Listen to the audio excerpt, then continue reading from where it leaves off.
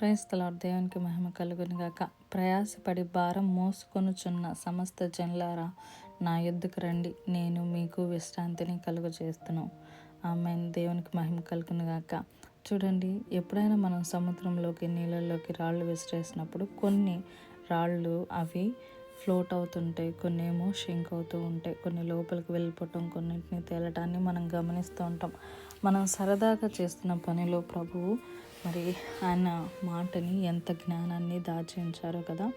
మరి నీవు ప్రభువులో లేనప్పుడు, మరి నీ భారం నువ్వే మోస్తున్నప్పుడు నువ్వు ఎప్పుడు కూడా కింద పడిపోతూ ఉంటావు, పాపంలో కుట్టుమిట్టాడుతూ ఉంటావు, నువ్వు ఎవరిని కనపడని స్థితిలో ఉంటావు, క్రిమ సంహారకం జరగని పరిస్థితిలో ఉంటావు. నీ స్థితి అధికంగా రోజు రోజుకి జిగదాచిపోతూ ఉంటుంది. కానీ అదే నీ భారాన్ని ప్రభువుకి ఇస్తే నువ్వు తేలిక పడుతూ ఉంటావు. You will float. రివర్స్లో చాలా వాటర్ చాలా క్రష్ చేస్తుంది స్టోన్స్ని, అవి వాటిని మలుస్తుంది, అవి చాలా స్మూత్గా అవుతాయి, చాలా పర్టికులర్ స్టోన్స్గా అవి మారుతూ మంచి కల్ప్చర్స్గా మారుతూ ఉంటాయి. మరి అవి మనుషులకి అందుబాటులో కూడా ఉంటాయి. మరి నీ స్థితిని ఎలా ఉంచుకోవాలనుకుంటున్నావు? నీవు భారాన్ని నీవే మోస్తుంటే కింద ఎప్పుడు ఉంటావు. ఒకవేళ నీవు అలానే ఉన్నా కానీ ప్రభు నీ కొరకు వస్తారు.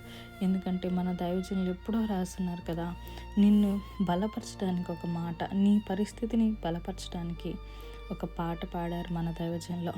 లోతైన జలములలో లోతున వినబడు స్వరమా, లోబడుటను నేర్పించి లోపంబులు సవరించి.